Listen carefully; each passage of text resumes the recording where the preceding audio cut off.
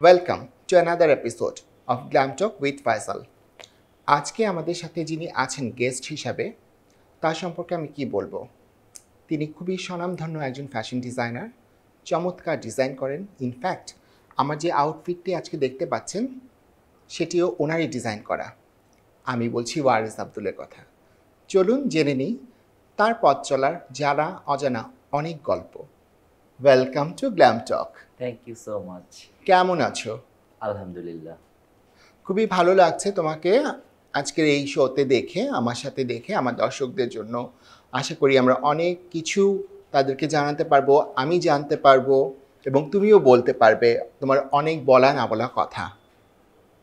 আমাদের এই শোয়ের আজকে প্রথম সেগমেন্টের নাম হচ্ছে স্কেচ টু স্টেজ।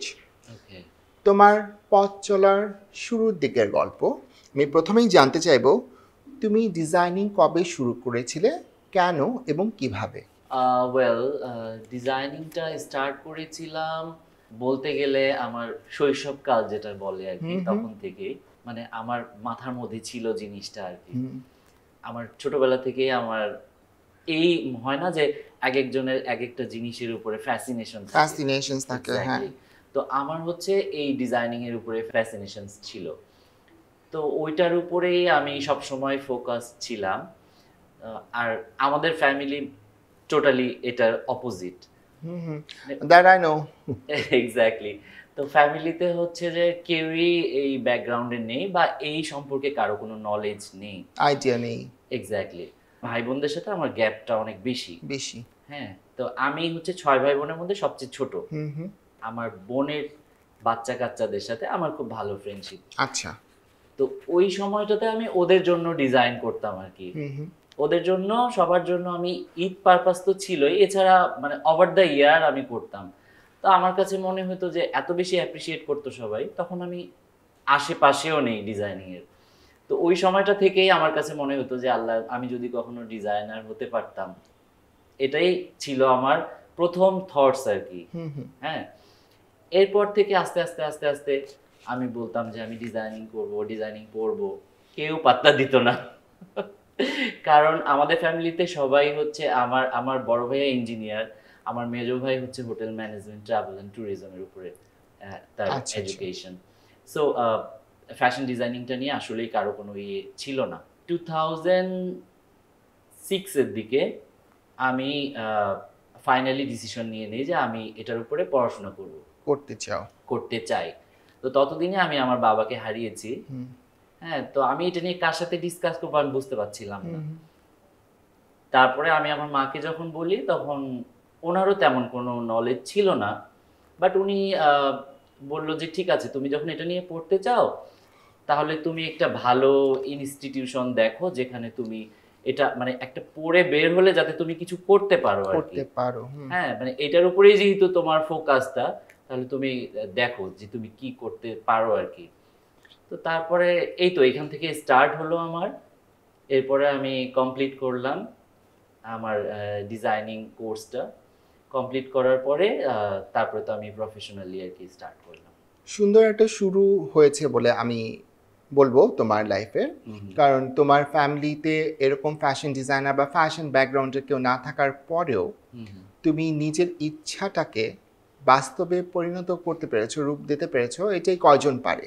তোমার প্রথম কালেকশন সম্পর্কে যদি আমি জানতে চাই, সেটা কেমন ছিল? প্রথম কালেকশনটা আমার খুবই স্মল কালেকশন, 5টা পাঞ্জাবি। আমার একটা ফ্রেন্ড আমাকে বলছিল যে তুমি ছেলেদের জন্য কিছু করো। তো আমি ছেলেদের জন্য আমি কি করব? তখন সে আমাকে বলল তুমি ছেলেদের জন্য পাঞ্জাবি করো না কেন? মানে আমি বেসিক্যালি মানে এক্সপার্টিস ছিলাম হচ্ছে মেয়েদের কাপড় করতাম, ফিমেল ওয়্যার করতাম এবং আমি ব্রাইডাল কাপড় করতাম। হ্যাঁ, সেটা আমরা সবাই জানি। হ্যাঁ, টুকটাক মানে আমার প্র্যাকটিসিংটা স্টার্টই হয় হেভি ওয়ার্ক দিয়ে। ওকে। আফটার দ্যাট আমার এক ফ্রেন্ড আমাকে বলে যে তুমি হচ্ছে ছেলেদের পাঞ্জাবি করো না কেন? তা আমি বলছি I have no knowledge about ছেলেদের পাঞ্জাবি। পাঞ্জাবি কেমন হয়? হ্যাঁ, তারপরে আমি 5টা পাঞ্জাবি বানালাম। 5টা পাঞ্জাবি বানালাম এবং এটা একদিনে এক সন্ধ্যায় সেল হয়ে যায়। এক সন্ধ্যায় 5টা পাঞ্জাবি 5 জন নিয়ে নেয় এবং ওখান থেকে একটা পাঞ্জাবির রিপিট হয়, যেটা নাকি আমি আবার 5টা কপি করতে হয় আমাকে। That's wonderful. এক্স্যাক্টলি। তো তারপর এভাবেই আর কি স্টার্ট হয়। তারপর থেকে আমি চিন্তা করলাম যে আমি আসলে ছেলেদের পাঞ্জাবির উপরেই মনে হয় আমার ফোকাস করা উচিত। উচিত। ছেলেদের ডিজাইন যখন তুমি করো, কি ধরনের ভাবনা তোমার মাথায় থাকে? সেটা কি season wise or occasion wise or কি ভাবনা থেকে তুমি কাজগুলো করো? সবকিছু মিলেই আসলে ব্লেন্ড করতে হয়। যেমন সিজন, আমি যদি গরমের সময় একটা মোটা ফ্যাব্রিক ইউজ করি, একটা থিক ম্যাটেরিয়াল যদি আমি ইউজ করি, তাহলে তো এটা সিজনের সাথে একদমই যাবে না। যাবে না। সো আমাকে ফার্স্টে চিন্তা করতে হয় যে আমি এই কালেকশনটা করব মানে এই সময় সামারের সময়, তাহলে আমাকে সামার বেস যেসব ফ্যাব্রিক সেসব কালেক্ট করতে হবে। কালারও। এক্স্যাক্টলি, কালারের বিষয়টা আমি পরে আসতেছি। ফার্স্টে হচ্ছে ফ্যাব্রিকের ব্যাপারটা আমি বলি। তো ওই ফ্যাব্রিকটা আমি তখন ওইভাবে চুজ করি। আফটার দ্যাট আমার হচ্ছে কালার নিয়ে আমি স্টার্ট করি যে আমি এটার মধ্যে কি কি এই সিজনে আমি কি কি কালার ইউজ করতে পারি। এরপরে আসে আমার এমব্রয়ডারি, যে আমার এই সিজনে এই সামারে আমি পার্টিকুলারলি কোন জায়গায় কোন এমব্রয়ডারিটা দিলে মানুষের মধ্যে মানে কমফোর্টেবল ব্যাপারটা।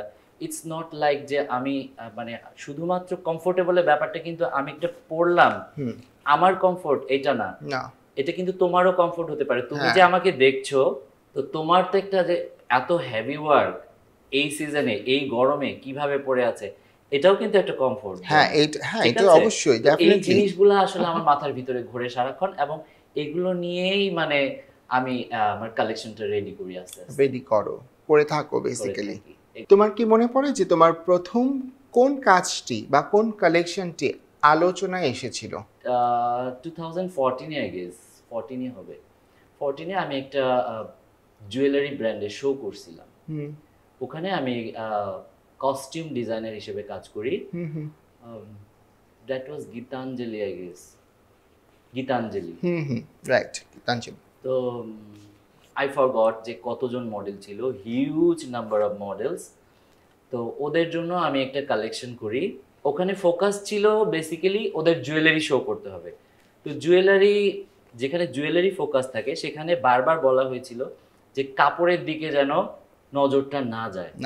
হ্যাঁ, এটা সব জায়গায় বলা থাকে। এক্স্যাক্টলি। তো ওইটা তোমার করতে হবে, এবং এটা 3টা কিউ ছিল। তো ফার্স্ট কিউতে এরকম হোয়াইট, সেকেন্ড কিউতে মানে কালার এভাবে আমরা সিলেক্ট করি, প্রথমে হোয়াইট, তারপরে সেকেন্ড কিউতে ব্ল্যাক, অ্যান্ড থার্ড কিউতে রেড আই গেস। তো হোয়াইট কিউতে এরকম ছিল যে আমি এরকম করলাম যে হোয়াইট উইংস ইউজ করলাম, আর এটা কোরিওগ্রাফি করেছিলেন কাজী কামরুল ইসলাম। ওনার কোরিওগ্রাফিতে আমি হচ্ছে ডিজাইনার হিসেবে কাজ করি আর কি। তো এরপরে যেটা হলো, রাতারাতি হিট হয়ে গেল শো, অনেক কন্ট্রোভার্সি, বাট দ্যাট টাইম ওরকম সোশ্যাল মিডিয়া অ্যাক্টিভ ছিল না। রাইট। এক্স্যাক্টলি। তো সোশ্যাল মিডিয়া ছিল না, তারপরেও অনেক বেশি কন্ট্রোভার্সি শিকার হতে হয়েছে, অ্যান্ড এটা আমার জন্য অনেক মেমোরেবল একটা শো ছিল আর কি আমার লাইফে। তো তুমি তোমার স্পেশাল কালেকশন হিসাবে ওটাকে অ্যাড্রেস করতে চাও? ডেফিনেটলি। খুব ভালো লাগলো এই সেগমেন্টে তোমার সাথে কথা বলে। আমরা অনেক কিছু জানতে পারলাম তোমার শুরু বা তোমার পছন্দের কালেকশন এইসব ব্যাপারে। ডিজাইনিংয়ের বাইরেও তোমার বেশ কিছু হিডেন ট্যালেন্ট আছে, তার মধ্যে একটি হচ্ছে তোমার সিঙ্গিং ট্যালেন্ট। এটা একদমই মিথ্যা, আমি একজন বাথরুম সিঙ্গার। বাথরুম সিঙ্গার হয়েও যদি এত ভালো গান গাও, তাহলে তুমি সেটাকে প্রফেশনালি কেন নিচ্ছ না? এখন তো প্রফেশনালি নেওয়ার আর আসলে আমার কাছে মনে হয় আমার আর সেই সময়টাও নেই, বা আমার সেই এজও নেই যে আমি এখন নতুন করে আবার একটা নতুন প্রফেশন স্টার্ট করব। ওকে।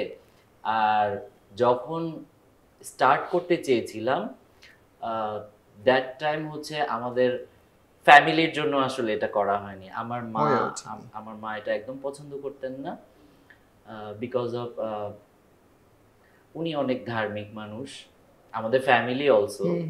হ্যাঁ, সো আসলে আমাদের ফ্যামিলিতে কেউই এই সাইডে নেই, তো আসলে এই জন্য ওই সাইডটাতে যাওয়া সম্ভব হয়নি বা হয়ে ওঠেনি। কিন্তু একটা কথা আমি একটু ইন্টারাপ্ট করব তোমাকে, মানে একটু আমি বলতে চাই কথাটা এরকম, জানার এবং শেখার বা শুরু করার আসলে নির্দিষ্ট কোনো বয়স থাকে না, এটা আসলে ইচ্ছার উপর ডিপেন্ড করে। আমি যদি তোমাকে রিকোয়েস্ট করি 4 লাইন গান আমাদেরকে শোনাতে, তুমি কি আমার এখন রিকোয়েস্টটা? আমাকে অনেক বিপদে ফেলা হবে আসলে। আমি একদমই বিপদে ফেলছি না, আমার দর্শকদের তুমি বঞ্চিত করতে পারো না, এটা আমি দর্শকদের উদ্দেশ্যেই বলছি।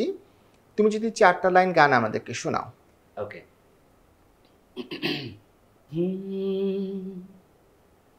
বকুলের মালা শুকাবে, রেখে দিব তার সুরভি, দিন গিয়ে রাতে লুকাবে, মুছো না কো আমারি ছবি, আমি মিনতি করে গেলাম, তুমি চোখের আড়াল হও, কাছে কি বা দূরে রাও, মনে রেখো আমিও ছিলাম, এই মন তোমাকে দিলাম, এই প্রেম তোমাকে দিলাম, তুমি চোখের আড়াল হও, কাছে কি বা দূরে রাও, মনে রেখো আমিও ছিলাম, এই মন তোমাকে দিলাম, এই প্রেম তোমাকে দিলাম। চমৎকার। আমি জানি না কেমন হয়েছে, বাট চেষ্টা করেছি। তুমি আমার দর্শকদেরকেই না, তুমি অনেককেই বঞ্চিত করছো। দর্শকদের উদ্দেশ্যে একটু বলতে চাই, আপনারা এই এপিসোডটা দেখে কমেন্ট করবেন এবং জানাবেন আপনারা কি কন্টিনিউয়াসলি ওর গান শুনতে চাইছেন কি চাইছেন না। আমরা আমাদের পরবর্তী সেগমেন্টে চলে যাচ্ছি। সেগমেন্টটার নাম হচ্ছে সিগনেচার স্টাইল অ্যান্ড প্রসেস। আমি প্রথমেই তোমার কাছে জানতে চাইবো, তোমার ডিজাইন স্টাইল বা থিম কিভাবে তৈরি হয়?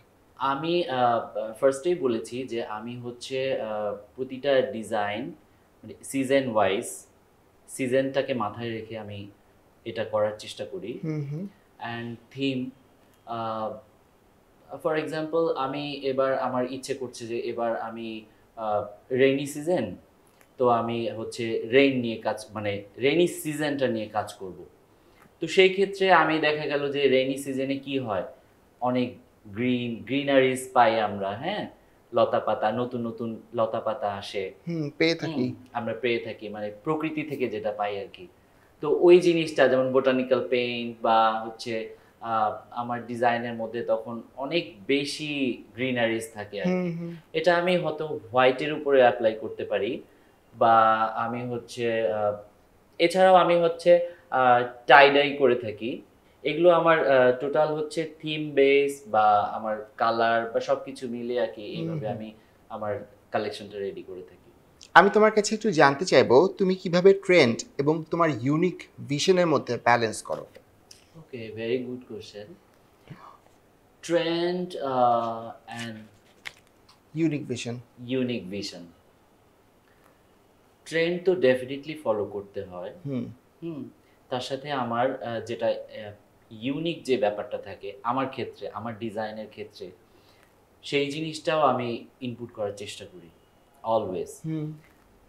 আর ট্রেন্ডের সাথে যদি আমি নিজেকে ব্যালেন্স না করি, তাহলে কখনোই আমার কাছে কেউ আসবে না, আসবে না, হ্যাঁ, বা আমি ফোকাসড হব না, হবে না। এই জিনিসটা সারাক্ষণ আমার মাথায় থাকে।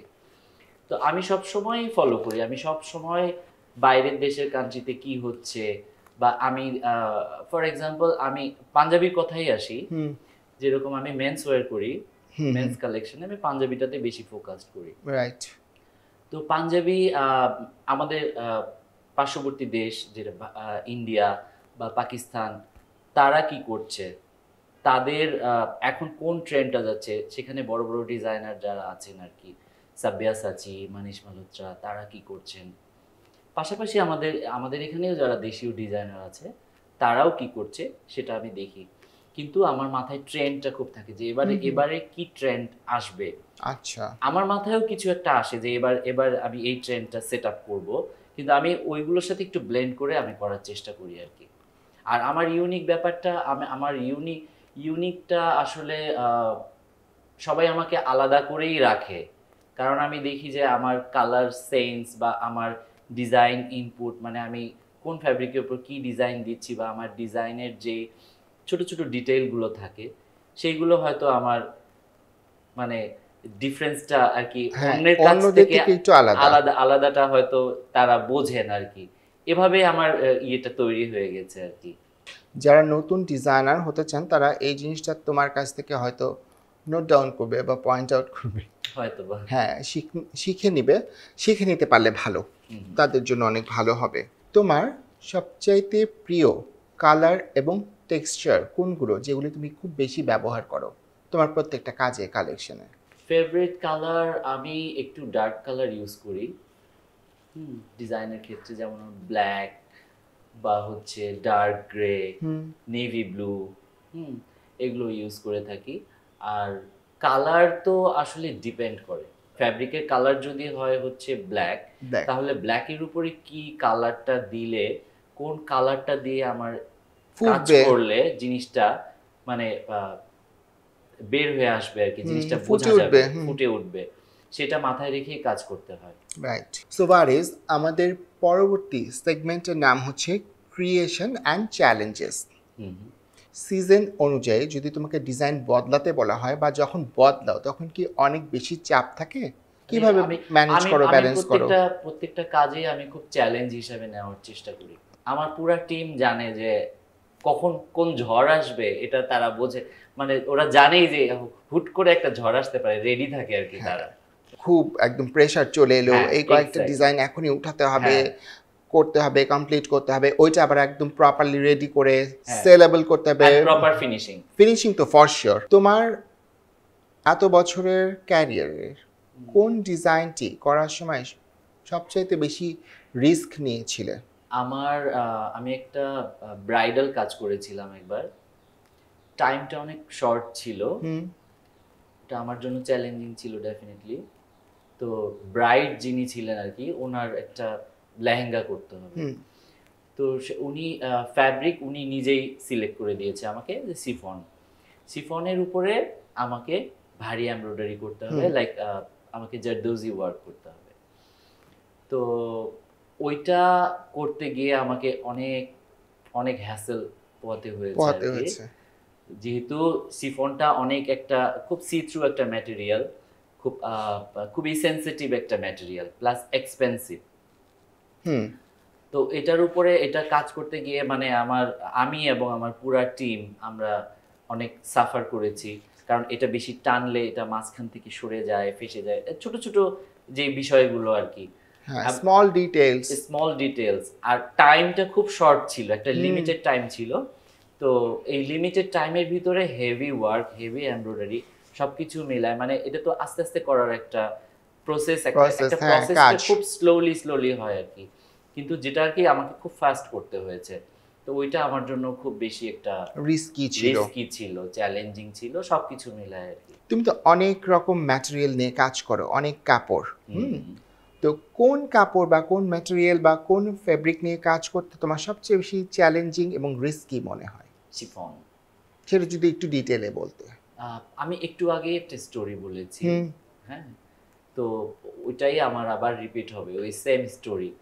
তোমার এই বর্ণাঢ্য যাত্রায় ক্যারিয়ারের তোমার সবচাইতে প্রিয় কালেকশন, অসংখ্য কালেকশনের মধ্যে সবচাইতে প্রিয় কালেকশন কোনটি ছিল এবং কেন? আমার প্রত্যেকটা কালেকশনই আমার খুব পছন্দের, খুব প্রিয়। হ্যাঁ, হয় না, আমার যে হেড, যে মাস্টার আর কি, আমি যখন একটা কাপড় কমপ্লিট হয়ে যায় তখন ওইটা যখন মানে আমি নিজের হাতে যেটা ফোল্ড করি আর কি, তখন আমি যখন ফোল্ড করি তখন সে আমার দিকে তাকিয়ে থাকে, বলে আপনি এমন ভাবে এটাকে ফোল্ড করে মানে যত্ন করে করেন, মনে হয় কি এটা ছোট বাচ্চা।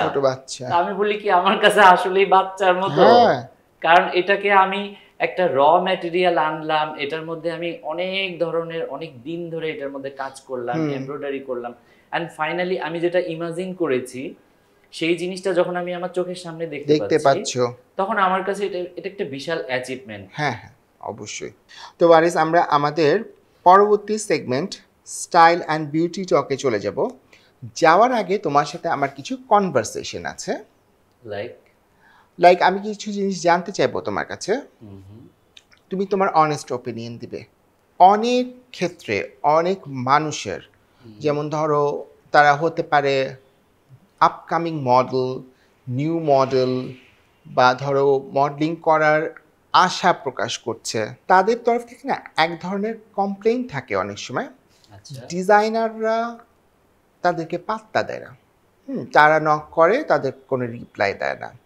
তারা কাজ করতে যায়, তাদেরকে সুযোগ দেয় না। তারা কাজ করতে চাইলে তাদের সাথে খারাপ ব্যবহার করা হয়। 3 আর 4 নাম্বারটা আসলে আমি ওইভাবে বলতে চাচ্ছি না, বিকজ আমি আগেই বলেছি আমি কোনো কন্ট্রোভার্সি বা ভাইরাল আমি আমার শোতে কোনো কন্টেন্ট চাই না। 4 নাম্বারটা তো তুমি definitely aware of give and take, যেটা খুবই সুন্দর একটা কমপ্লেইন অনেকের সম্পর্কে। তাহলে এই ব্যাপারে তোমার কি মন্তব্য? ওয়েল, এই ক্ষেত্রে আমি যেটা বলতে চাই সেটা হচ্ছে প্রত্যেকের মধ্যে ট্যালেন্ট থাকতে হবে।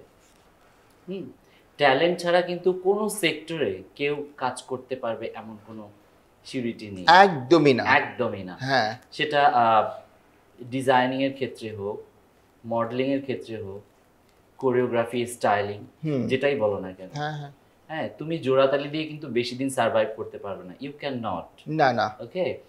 সো যারা নতুন নতুন আপকামিং যারা আসছে, যেই সেক্টরে আসুক না কেন, তারা এগুলো বলতে মানে এগুলো বলে বিকজ তারা কোনো কাজ পায় না।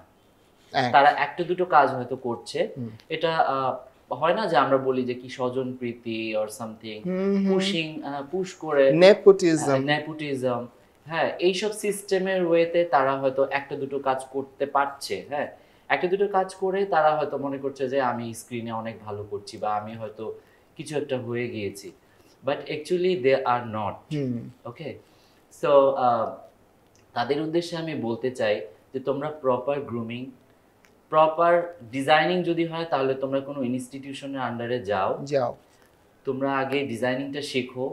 আর ডিজাইনিংটা আসলে কি ইনস্টিটিউট থেকে শিখেও কিন্তু তুমি যে তেমনভাবে সার্ভাইভ করতে পারবা বা তেমনভাবে তুমি মানে ইন্ডাস্ট্রিতে কাজ করতে পারবা, এটারও কিন্তু কোনো সিউরিটি নেই। তোমার ডিজাইনিং ব্যাপারটা কিন্তু তোমার ভিতরে থাকতে হবে, ক্রিয়েটিভিটি থাকতে হবে ডেফিনেটলি। মডেলিং এর ক্ষেত্রেও সেম। হ্যাঁ, মডেলিং তুমি হেঁটে গেলা বা তুমি একটা দাঁড়ায় গেলা কাপড় পরে, এটাতে হবে না। তোমাকে তোমাকে জানতে হবে যে আমাকে কিভাবে ভালো লাগছে, কিভাবে আমাকে প্রেজেন্টেবল লাগছে, আমি কিভাবে একজনের সামনে প্রেজেন্টেবল হয়ে থাকতে পারি, বসতে পারি, খাওয়ার যে একটা টেবিল ম্যানার্স যেটাকে বলি আমরা, সেটাও কিন্তু জানা উচিত। প্রত্যেকটা মডেলের ক্ষেত্রে আমি বলবো, প্রত্যেকটা মানুষের ক্ষেত্রে অ্যাকচুয়ালি জানা উচিত, বাট মডেলদের ক্ষেত্রে এগুলো বেশি জানা উচিত। কারণ একটা মডেলকে কিন্তু আইডলাইজ করে। হ্যাঁ, মানুষ কিন্তু তাকে একটা মডেল কি কাপড় পরছে, কিভাবে যাচ্ছে, কিভাবে হাঁটছে, এটা ফলো করে। হ্যাঁ, তো সেই ক্ষেত্রে তাদের অবশ্যই মানে সবার থেকে একটু ডিফারেন্ট থাকা উচিত। আমি এটাই বলবো যে প্রপার শিখে, প্রপার জেনে, প্রপার এসে তারপরে তোমরা ফিল্ডে কাজ করো। এভাবে এসে মানে একটা দুটো কাজ করে এভাবে জাজ করা ঠিক না মানুষকে। আমি তাদের উদ্দেশ্যে এটাই বলতে চাই। আমি আশা করি পরবর্তী জেনারেশন এখান থেকে একটা ভালো শিক্ষা নিতে পারবে, লেসন পাবে আর কি। আমরা আমাদের পরবর্তী সেগমেন্ট স্টাইল অ্যান্ড বিউটি টকে চলে যাচ্ছি। তোমার কাছে আমি জানতে চাইবো যে তোমার নিজস্ব পার্সোনাল স্টাইল কেমন? I M a very simple person. So আমি সবসময় খুব ক্যাজুয়াল থাকার চেষ্টা করো। হ্যাঁ, casual and simple and definitely comfortable. মানে আমার কাছে যেটা কমফোর্ট, সেটা ম্যাটেরিয়ালের ক্ষেত্রে হোক বা আমার গার্মেন্টের ক্ষেত্রে হোক, আমি সেটাই পরার চেষ্টা করো। এমন কোন ফ্যাশন ট্রেন্ড আছে যেটা তুমি একদম পছন্দ করো না? হিপ্পি একদমই পছন্দ না আমার, একদম ওদের স্টাইলও পছন্দ না, ওদের লাইফস্টাইলও পছন্দ না, ওদের কোনো কিছুই আমার পছন্দ না। আমাদের পরিচিত একজন আছে, তোমার আমার কমন একজন, ওনার হিপ্পি স্টাইল খুব পছন্দ। এটা আমরা আবার ডিসকাস করব অফ ক্যামেরায়। আমি জানি না এটা কে। তুমি জানো, আমি তোমাকে আবার মনে করিয়ে দিব। মনে করিয়ে দিতে হবে। হ্যাঁ, তুমি আমার শোতে আসার আগে আমি যখন স্ক্রিপ্ট পড়ছিলাম, এই কোয়েশ্চেনটার জন্য আমি খুব অপেক্ষা করছিলাম যে কখন এই সেগমেন্টটা আসবে, আমি কখন এই প্রশ্নটা তোমাকে করব। তোমার skin care routine and beauty tips, কারণ তোমাকে নিয়ে আমরা সামনে এবং পেছনে যেটা বলি মমের মতো স্কিন। দেখলে মনে হয় তুমি বাটার দিয়ে বানানো, কখনো মনে হয় মোম দিয়ে বানানো। অ্যাকচুয়ালি যে ব্যাপারটা তুমি যেটা জানতে চাচ্ছ, আমি জানাতে চাচ্ছি বেসিক্যালি। ওকে, জানাতে চাচ্ছ, হুম। সেরকম ডিফিকাল্ট কোনো কিছু না আমার ক্ষেত্রে। আমাদের আমি বাই জেনেটিক্যালি আসলে আমাদের স্কিন বলো বা ইয়ে বলো এরকমই, বিকজ মাই নানা ফ্রম আফগান। ও ইয়া, আচ্ছা। ট্রু আফগানিস্তান। হুম। তো হয়তোবা ওনার কাছ থেকে পেয়েছি, হুম। এটা হতে পারে একটা কারণ। আর সেকেন্ড হচ্ছে স্কিন কেয়ার। হ্যাঁ, আমি স্কিন কেয়ার করি। অনেক অনেক না, অনেক অনেকই। না, বাট হয় না পার্টিকুলার টাইম যে সকালবেলা উঠে আহ, একটা ফেস ওয়াশ দিয়ে আমি হয়তো আমার মুখটা ক্লিন করলাম। হ্যাঁ। হ্যাঁ, সেক্ষেত্রে আমি যদি বের হই, বাইরে যাই, ডেফিনেটলি আমি মুখে সানব্লকটা ইউজ করি, অ্যাপ্লাই করব আমার সানব্লকটা।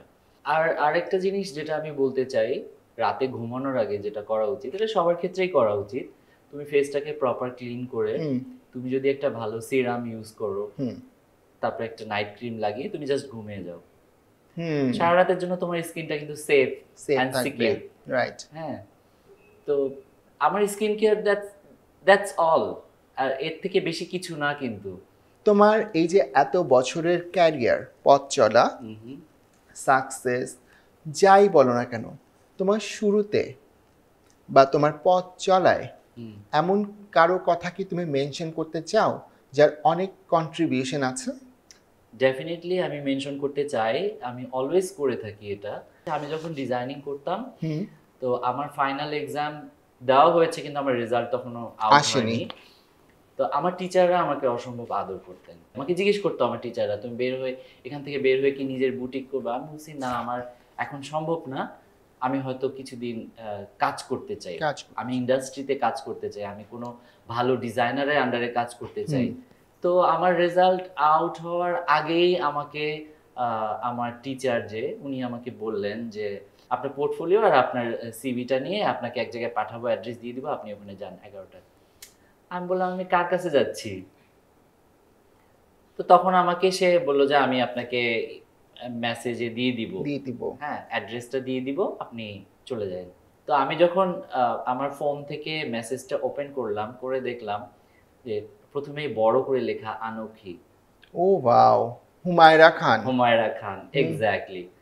তো আমার কাছে মনে হলো যে সবার তো একটা স্বপ্ন থাকে, হ্যাঁ। আমি কখনো চিন্তাও করি নাই যে আমাকে এখানে তারা পাঠাচ্ছেন, আমার ফ্যাকাল্টিরা আমাকে ওখানে পাঠাচ্ছেন ইন্টারভিউজের জন্য। তো আমি গেলাম, আমি যাওয়ার পরে দেখলাম যে আমাকে বললো যে হ্যাঁ ম্যাডাম আসবেন কিছুক্ষণের মধ্যে, আপনি একটু ওয়েট করেন। তারপরে আমাকে সে ডাকলেন ইন্টারভিউর জন্য। এবং আমার প্রথমে আমি কিছুই বলতে পারতেছিলাম না, যে আমি জাস্ট তাকায় আছি যে একটা মানুষ এত সুন্দর হয় কিভাবে। তারপরে বললো যে আমরা একটু কাজের কথাই বলি, পোর্টফোলিও দেখে বললো যে হ্যাঁ পোর্টফোলিও খুব সুন্দর তোমার, হ্যাঁ আমি তোমার ফ্যাকাল্টিদের কাছে তোমার প্রশংসা শুনেছি। তো সে আমাকে কতগুলো র ম্যাটেরিয়াল দিল, মানে র ফ্যাব্রিক, অ্যাকচুয়ালি কিছু সলিড ছিল, এর মধ্যে কিছু প্রিন্টেড ছিল। তো বললো তোমাকে যদি এটা দিয়ে কিছু করতে দেওয়া যায় তুমি কি করবা, আর এইগুলো দিয়ে যদি করতে দেওয়া যায় তুমি কি করবা, বলে একটা হোয়াইট পেপার আর একটা পেন ধরাই দিল, বললো যে তোমার এরকম তোমাকে দিচ্ছি, তুমি এটা আমাকে স্কেচ করে দেখাও এটার মধ্যে। তা আমার মনে আছে এখনো, আমি জাস্ট 12 মিনিটসের মধ্যে আমি এরকম একটা দিয়ে মনে হয় একটাতে 4টা আর একটাতে 4টা, এরকম 4টা 8টা ডিজাইন করে তাকে দেখালাম সো কুইকলি। এন্ড উনি আমাকে ওইটা জাস্ট একবার গো থ্রু করে উনি আমাকে সাথে সাথে বললেন যে আমার খুব ভালো লাগছে যে তুমি এরকম স্পন্টিনিয়াস। হ্যাঁ, মানে তুমি একটা ফ্যাব্রিক দেখে ইমাজিন করতে পারছো যে তুমি এটা দিয়ে কি করবে। হ্যাঁ, এটা দিয়ে কি করতে পারবা তুমি, এই জিনিসটাই তো মানে তোমার মানে আমার ভালো লেগেছে তোমার। আমি হুমায়রা আপার কাছে অনেক কিছু শিখেছি। হ্যাঁ, ফার্স্ট অফ অল আমি সালোয়ার কামিজকে একটা মানে খুব স্লিম মডার্ন ওয়েতে কিভাবে প্রেজেন্ট করা যায়, এটা টোটালি তার কাছ থেকে শেখা যায়। তার কাট, তার প্যাটার্ন, হ্যাঁ কিরকম, সেই জিনিসগুলো সে আমাকে হাতে ধরে ধরে শিখিয়েছে। হ্যাঁ, তারপরে একটা নেক লাইন, নেকলাইন ভেরি ইম্পর্টেন্ট, নেকলাইনটা খুবই ইম্পর্টেন্ট যে কোনো পোশাকের ক্ষেত্রে যে কোনো পোশাকের ক্ষেত্রেই। তো এটাও আমি তার কাছ থেকেই আমার শেখা। শেখা। হ্যাঁ, অ্যাকচুয়ালি অনেক কিছু তার কাছ থেকে আমার শেখা। কোন এমব্রয়ডারিটা কোন ফ্যাব্রিকে হোল্ড করতে পারবে, এটাও তার কাছে শেখা। অ্যাকচুয়ালি আমরা তো ইনস্টিটিউট থেকে ডিজাইনিংটা শিখি, কিন্তু প্র্যাকটিক্যাল যখন কাজ করতে যাই তখন যে জিনিসগুলো ফেস করি আমরা, সেইগুলো ছোট ছোট যে ডিটেইলগুলো থাকে, এগুলো আমি সত্যি কথা আমি তার কাছ থেকে শিখেছি। আর আমি এটা কখনোই ভুলবো না, কোনোদিনও ভোলার মতো না। খুব ভালো লাগলো জেনে। Humaira Khan undoubtedly one of the finest designers Yeah. We have in this country. আর উনি অসম্ভব অসম্ভব সুন্দরী, বিউটিফুল, তাতে তো কোনো সন্দেহ নাই একদমই। সো বারেস, আমরা আমাদের নেক্সট সেগমেন্ট র্যাপিড ফায়ারে চলে যেতে চাই। ইন্টারেস্টিং একটা সেগমেন্ট, আমি আশা করছি তোমার অ্যান্সারগুলো আরও ইন্টারেস্টিং হবে। Okay, I'll try. Let's start then. T shirt নাকি ফতুয়া? T shirt. কোন কালার পছন্দ, black or red? Black. Favourite holiday destination? Bali. প্রথম ইনকাম কত ছিল? 25,000। ওয়াও। যোগা নাকি gym? Yoga. Summer or winter? Winter. Ice cream or chocolates? একটাও না। I knew it. যদি কোনো ইন্টারন্যাশনাল ডিজাইনারের সাথে কোলাবোরেশনে কাজ করার সুযোগ পাও, তিনি কে হবেন এবং কেন? Manish Malhotra, he is my idol. Okay, great. Rainy day or sunny day? Rainy day. তিনজন ডিজাইনারের নাম তুমি বলবে যাদের কাছ থেকে তুমি কি দিবে তাদেরকে এবং কি নিবে। শাহরুখ আমিন? ওনার কাছ থেকে অনেক কিছুই নেওয়ার মতো আছে। He is also my idol. যদি নিতে বলা হয় তাহলে আমি বলবো তার কাছ থেকে হাম্বলনেস, এই জিনিসটা কিভাবে অ্যাডাপ্ট করতে হয়, আমি এটা তার কাছ থেকে শিখতে চাই, অ্যাডপ্ট করতে চাও। অ্যাডাপ্ট করতে চাই। Exactly. Mahin Khan? Wow, she is great. She is a very, very, very good, well-known designer in our country. আমার যেটা ল্যাকিংস, মানে আমি জানি না সত্যি কথা বলতে, মাহিন খান যে ডিজাইনগুলো করেন, মাহিন আপার যে ডিজাইনগুলো, উনি আমাদের দেশীয় যে ব্যাপারটা, দেশীয় ফ্যাব্রিক, দেশীয় ম্যাটেরিয়াল, দেশীয় যে স্টিচের যে জিনিসগুলো, ডিটেইলগুলো, এইগুলো আমি ওনার কাছ থেকে শিখতে চাই। ওকে, কি দিবে? আমার আসলে ওনাকে দেওয়ার মতো কিছুই নেই। আমি জাস্ট আমার শ্রম দিয়ে ওনাকে, ওনার আন্ডারে আমি কাজ করতে চাই। শৈবাল সাহা? শৈবাল সাহা সম্পর্কে কি বলবো, ওনার কাছ থেকেও অনেক কিছু শেখার আছে, অনেক কিছু। Of course.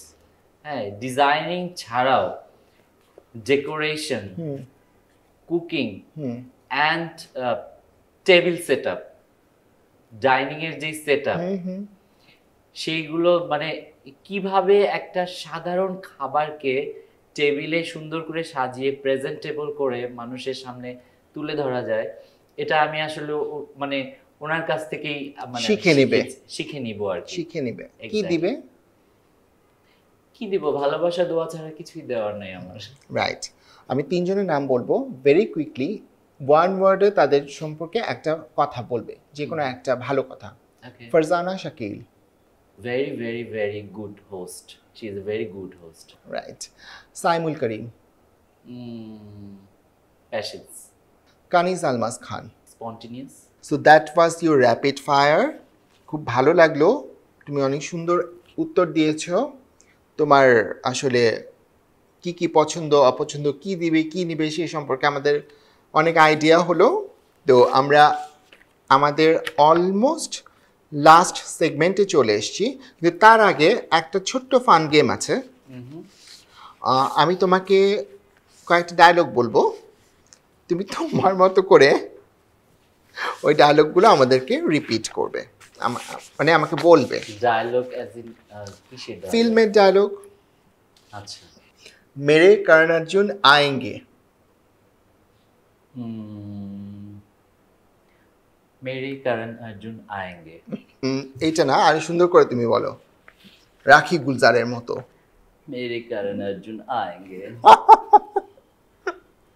চৌধুরী সাহেব, আমরা গরিব হতে পারি কিন্তু ছোট লোক না। চৌধুরী সাহেব, আমরা গরিব হতে পারি কিন্তু ছোট লোক না। খুবই সুন্দর এক্সপ্রেশন। তুই আমাকে মেরে ফেল, তবুও আমি নাচবো না শয়তান। এটা কি ছিল? এটা স্ক্রিপ্টে লেখা ডায়লগ ছিল। তুই আমাকে মেরে ফেল, তবু তোর সামনে আমি নাচবো না শয়তান। নাচতে হবে না, এই ফান গেমটা আমি এখানেই শেষ করছি। তুমি সুন্দর, দুইটা খুব সুন্দর বলেছো, বাট রাখি গুলজারেরটা আমি আরেকটু বেটার আশা করেছিলাম। সেটা তুমি আমাকে অফ স্ক্রিন বলে দেখাবে, শোনাবে আর কি। আমরা আমাদের লাস্ট সেগমেন্টে চলে এসেছি। আমাদের লাস্ট সেগমেন্টের নাম হচ্ছে ফ্যাশন অ্যান্ড ফিউচার। বাংলাদেশের ফ্যাশন ইন্ডাস্ট্রির ভবিষ্যৎ তুমি কিভাবে দেখো? বাংলাদেশের ফ্যাশন ইন্ডাস্ট্রি ডেফিনেটলি আমি উজ্জ্বল দেখতে পাচ্ছি আর কি। কারণ আমরা যখন স্টার্ট করেছি তখন এত প্রোগ্রেস ছিল না। হ্যাঁ, তো এখন আমরা যখন কাজ করছি এখন দেখছি আগের থেকে তো অনেক বেটার। অ্যান্ড ইনশাল্লাহ আমি মানে আশা করছি সামনের দিকে আরও অনেক ভালো হবে, কারণ অনেক ডিজাইনার এসছে, অনেক নতুন নতুন ইয়াং ফ্রেশ ডিজাইনার এসছে যাদের কাজও অনেক ভালো। সো আমার মনে হয় প্রত্যেকের জায়গা থেকে ভালো করছেন। তুমি নতুন ডিজাইনারদের উদ্দেশ্যে যদি কোনো পরামর্শ দিতে চাও সেটা কি হবে?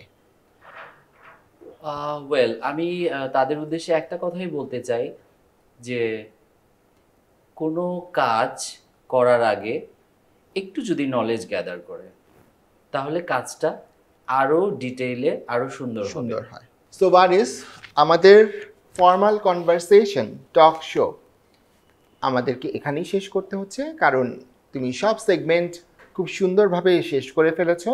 কিন্তু তোমাকে বিদায় জানানোর আগে আমাদের রয়েছে তোমার জন্য খুব সুন্দর 3টা গিফট। আমাদের গিফট পার্টনার্স বা গিফট স্পন্সর্স যারা, তারা তোমার জন্য খুব সুন্দর 3টা গিফট পাঠিয়েছেন। ওয়াও, গিফট পেতে কার না ভালো লাগে? সবারই ভালো লাগে। দামি পাচ্ছি না, পাচ্ছ তুমি। Okay, this one is from Kiara by Preeti Modi. Wow, thank you Kiara by Preeti Modi. This one is from Sajgoj. Wow, thank you Sajgoj. আর এইটা হচ্ছে লিনিয়ার বিউটির তরফ থেকে। Linear Beauty, thank you so much for the wonderful gift Linear Beauty. So Waris, তোমাকে আরও একবার অনেক অনেক ধন্যবাদ আমাদের শোতে আসার জন্য এবং আমাদের সাথে এত সুন্দরভাবে তোমার অনেক না জানা গল্প, অজানা গল্প, না বলা কথা শেয়ার করার জন্য। তোমাকে অনেক ধন্যবাদ আমাকে এত ভালো, এত সুন্দর একটা প্রোগ্রামে ইনভাইট করার জন্য। তুমি চলে যাওয়ার আগে একবার বলো যে সেটটা তোমার কেমন লাগলো? খুব সুন্দর, very much elegant, it's very beautiful and elegant actually. SK decor, Saimul Karim. Of course, SK decor by Saimul Karim. সাইমুলকে অনেক অনেক ধন্যবাদ এত সুন্দর একটা সেট আমাদেরকে ডিজাইন করে দেওয়ার জন্য, স্পন্সর করার জন্য। সো ভিউয়ার্স, আজকে জানতে পারলেন একজন ওয়ারেস আব্দুলের পথ চলা নিয়ে জানা অজানা অনেক গল্প। একটু অ্যাড করতে চাই, সেটা হলো পারিবারিক সাপোর্ট না থাকার পরেও যিনি নিজের চেষ্টায় এত সফল একজন ডিজাইনার হয়ে উঠেছেন, পরিচিত একজন মুখ হয়ে উঠেছেন, তার গল্পটা শুনে আশা করি আপনাদের মধ্যে অনেকে নিজেদের সমস্ত প্রতিবন্ধকতা পার করে নিজের চেষ্টায় নিজের লক্ষ্যে পৌঁছাতে পারবেন।